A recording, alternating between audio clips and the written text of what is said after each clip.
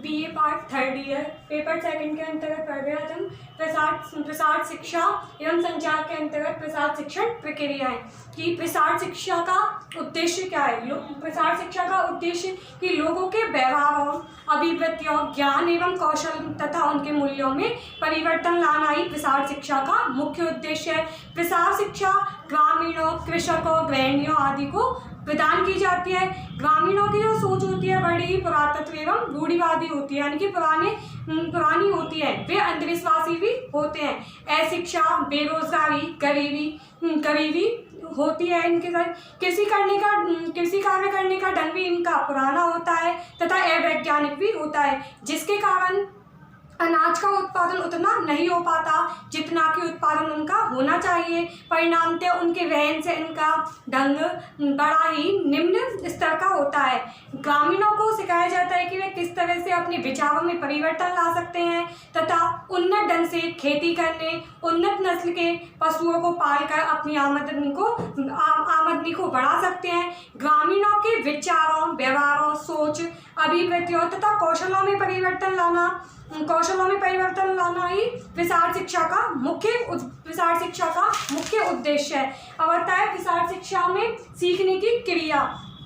सीखना वह क्रिया होता है जिसके माध्यम से शिक्षार्थी जो है स्वयं के प्रयासों में नई नई बातों को सीखता है तथा अपने जीवन में वांछित परिवर्तनों को लाता है। शिक्षार्थी जो है अपने अनुभवों तथा प्रयासों से सीखता है। अतः सीखने की क्रिया को एक अनुभूत स्थिति या मनोदशा भी कहा। सीखने की क्रिया जो होती है उसे मनोदशा या अनुभूत स्थिति भी कहा जा सकता है। सीखने की जो क्रिया है, प्रक्रिया में समस्त ज्ञान इंद्रिय जैसे है दृष्टि, देखना, सुनना, त्वचा का सक्रिय रूप में भाग लेना आवश्यक होता है। सीखने की प्रक्रिया सीखना अधिगम प्रक्रिया द्वारा ग्रहण की गई अनुभूति को व्यक्ति अपने अंदर मन में धारण कर लेता है, जिसका प्रभाव काफी लंबे समय तक दिखाई देता है। यदि व्यक्ति और भी अधिक अभ्यास या प्रयास करता है तब उनकी सीखने की क्रिया जो है वह सुगम हो जाती है और लंबे समय तक भी बनी रहती है।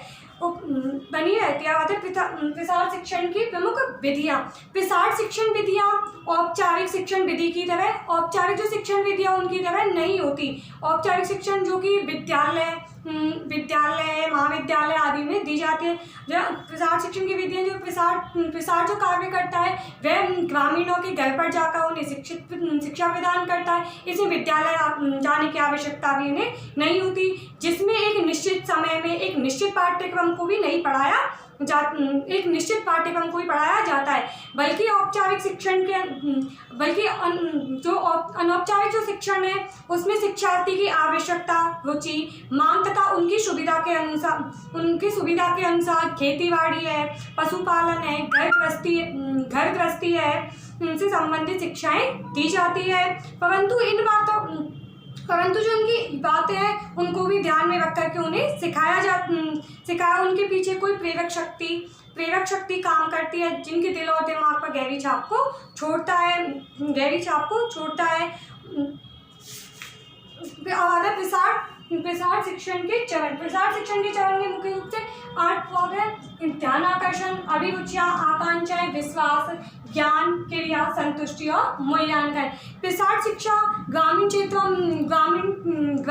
में जाकर के दी जाती है, गाँवों में दी जाती है। यह शिक्षा जो है मुख्य रूप से ग्रामीणों की आवश्यकताएं उन पर आधारित होती है।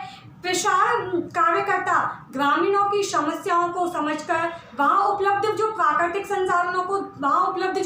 संसाधन है उनको ध्यान में रखकर प्राथमिकता के आधार पर समस्याओं का चयन करके फिर उन समस्याओं के निवारण के लिए ग्रामीणों को उपाय बताए जाते हैं। कृषक है, गृहिणी है, पशुपालक है, भी प्रसार कार्यकर्ता की बातों को ध्यान से सुनते हैं तथा उनकी बातों को भी मानते हैं, जिससे उन्हें भी लाभ होता है। जैसे कृषक जो लोग हैं उनको आधुनिक ढंग से खेती करने के लिए प्रेरित किया जाता है। परंतु ये समस्या तब आती है कि आधुनिक ढंग से खेती करने के लिए किसानों के पास पैसा होना अत्यंत आवश्यक है।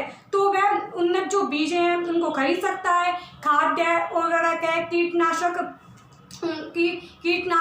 खरीद की जो फसलें हैं, ट्रैक्टरों से खेतों की जुताई है, इस समय पर सिंचाई कर पाएगा, जिसके प्रसार में कार्यकर्ता का प्रयत्नशील रहना अत्यंत आवश्यक है। कई बार ग्रामीणों को उन्नत बीजों, उर्वरकों या खादों के बारे में पता नहीं रहता, तब वह इनका प्रयोग अपने खेतों में नहीं कर पाते, जिसके फलस्वरूप अनाज जो उत्पादन है वह कम हो जाता है। फलतः उनके रहन सहन का स्तर जो है नीचा रहता है या निम्न रहता है। इसलिए प्रसार कार्यकर्ता जो है ग्रामीणों को किस प्रकार से खेती करनी, किस प्रकार से उनकी सिंचाई करना, उसके बारे में पूर्ण रूप से जानकारी प्रदान करते हैं। प्रसार शिक्षा के को 8 भाग है, जिसमें पहला आता है हमारा ध्यान आकर्षण।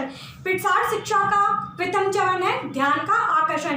जब किसी परिणाम या प्रतिफल को देखते ही व्यक्ति का ध्यान उस दूसरी तरफ चला जाता है तो उसे हम ध्यान आकर्षण कहते हैं। जैसे जब कोई हम खेती बाड़ी करते हैं तो फसल को जब हमारी फसल जो है लहराती हुई दिखाई देती है तो कृषकों का जो ध्यान है वह खेतों की ओर अग्रसर हो जाता है।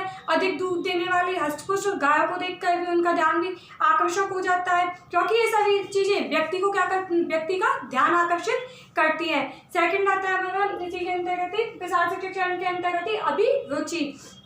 प्रसार शिक्षण जो प्रक्रिया है का दूसरा चरण है अभिरुचि। जब व्यक्ति का ध्यान किसी चीज, वस्तु या उपलब्धि की ओर आकर्षित होता है, उपलब्धि की ओर आकर्षित हो जाता है तो वह उनके बारे में जानने के लिए उत्सुक भी रहता है या तैयार, वह स्वयं भी अभिरुचि क्योंकि उस चीजों में रुचि लेने लग जाता है। जब प्रसार कार्यकर्ता लोगों को उस चीजों के बारे में विस्तार से आकर्षक ढंग से बताता है तो उनका ध्यान भी उन्हीं की ओर आकर्षित हो जाता है, तो अभी उन्हीं की ओर चला जाता है, यानी अभिरुचि यानी कि उन चीज़ों में हम रुचि लेने लग जाते हैं। तीसरा पॉइंट आता है इसके अंतर्गत आकांक्षा।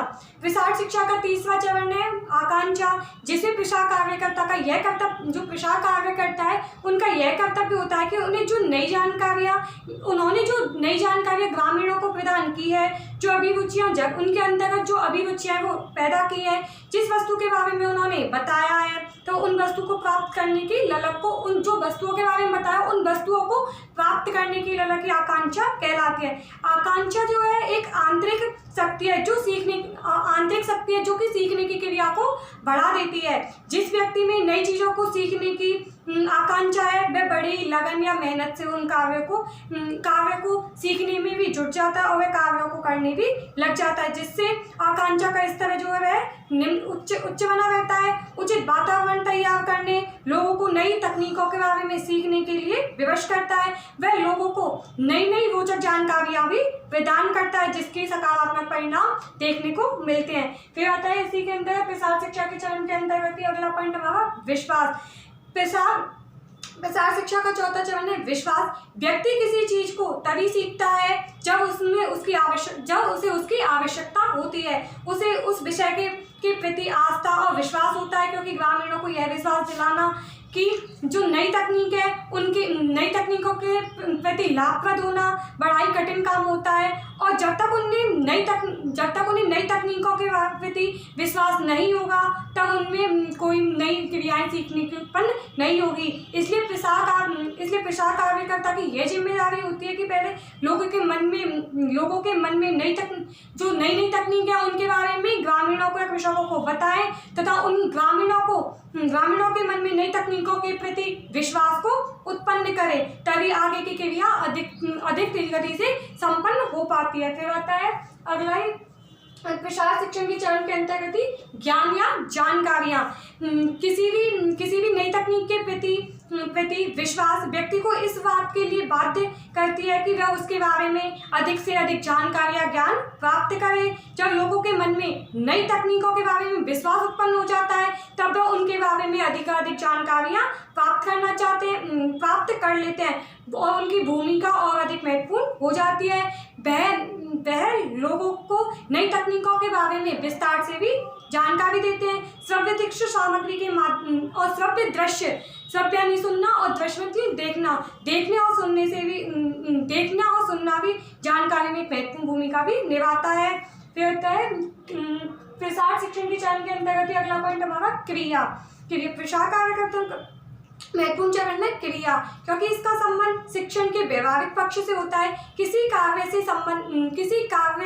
संबंधित शिक्षण तभी सफल हो जाता है जब लोग इस कार्य को करने लग जाते हैं तथा अपने व्यवहारों में परिवर्तन लाते हैं।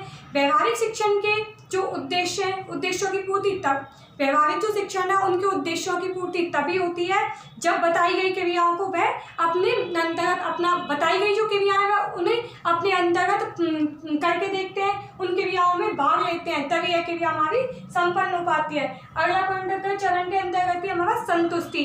प्रसार शिक्षा का अति महत्वपूर्ण चरण है संतुष्टि। जब वांछित लक्ष्यों की प्राप्ति हो जाती है तब हमें वांछित जितने भी हमारे लक्ष्य हैं उनकी जब प्राप्ति हो जाती है तो हमें बहुत संतुष्टि मिलती है, और जब संतुष्टि मिल जाती है तब भविष्य में क्रियाकलापों की निरंतरता, भविष्य में जो कार्य करते हैं उनकी जो निरंतरता है लगातार चलती रहती है। फिर अगला पॉइंट है हमारा मूल्यांकन। प्रसार शिक्षा प्रक्रिया का अंतिम चरण जो कि है मूल्यांकन अत्यंत महत्वपूर्ण है। मूल्यांकन से पता चलता है कि जो हमारे वांछित लक्ष्य है उनकी पूर्ति कहाँ तक हो पाई है और कहाँ तक नहीं हो पाई है। अतः मूल्यांकन एक विश्लेषणात्मक अध्ययन है जिसमें काव्य संपादन की जो समस्त लाभों तथा उनकी खामियों के बारे में, जो हमारे लाभ हैं जो कमियां हैं उनके बारे में हमें पता चलता है। मूल्यांकन के द्वारा ही काव्य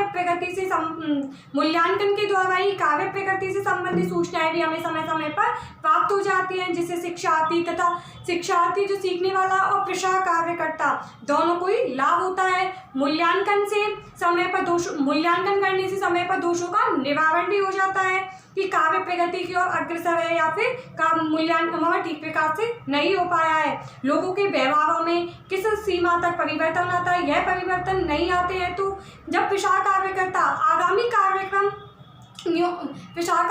जब आगामी कार्यक्रमों को नियोजित करता है तथा उन तथ्यों को भी ध्यान में रखता है और फिर उनके सकारात्मक एवं नकारात्मक दोनों पक्षों को ध्यान में रखकर कार्य योजना को तैयार करता है। जिन क्षेत्रों में लोगों को नई पद्धतियों को अपनाने के लिए उत्सुक रखता है। अंधविश्वासी रूढ़िवादी व कार्यकर्ता को अधिक परिश्रम करना पड़ता है और उनके घर जाकर लोगों को संपर्क स्थापित करके और अभिप्रेरित करना भी पड़ता है। मूल्यांकन के अंतर्गत ये था प्रसार शिक्षण की प्रक्रिया के अंतर्गत उद्देश्य लोगों के व्यवहार में परिवर्तन, ज्ञान में परिवर्तन, उनकी मनोवृत्ति में परिवर्तन लाना ही प्रसार शिक्षण प्रक्रिया का मुख्य उद्देश्य था। सीखने की क्रिया अधिगम के द्वारा सीखने की क्रिया को प्रभावित करना प्रसार शिक्षा के चरण जिन्हें हमें 8 भागों में विभाजित किया था। ध्यान आकर्षण, अभिरुचि, आकांक्षा, विश्वास, ज्ञान, क्रिया, संतुष्टि और मूल्यांकन, ये बड़ा प्रसार शिक्षण प्रक्रिया के अंतर्गत।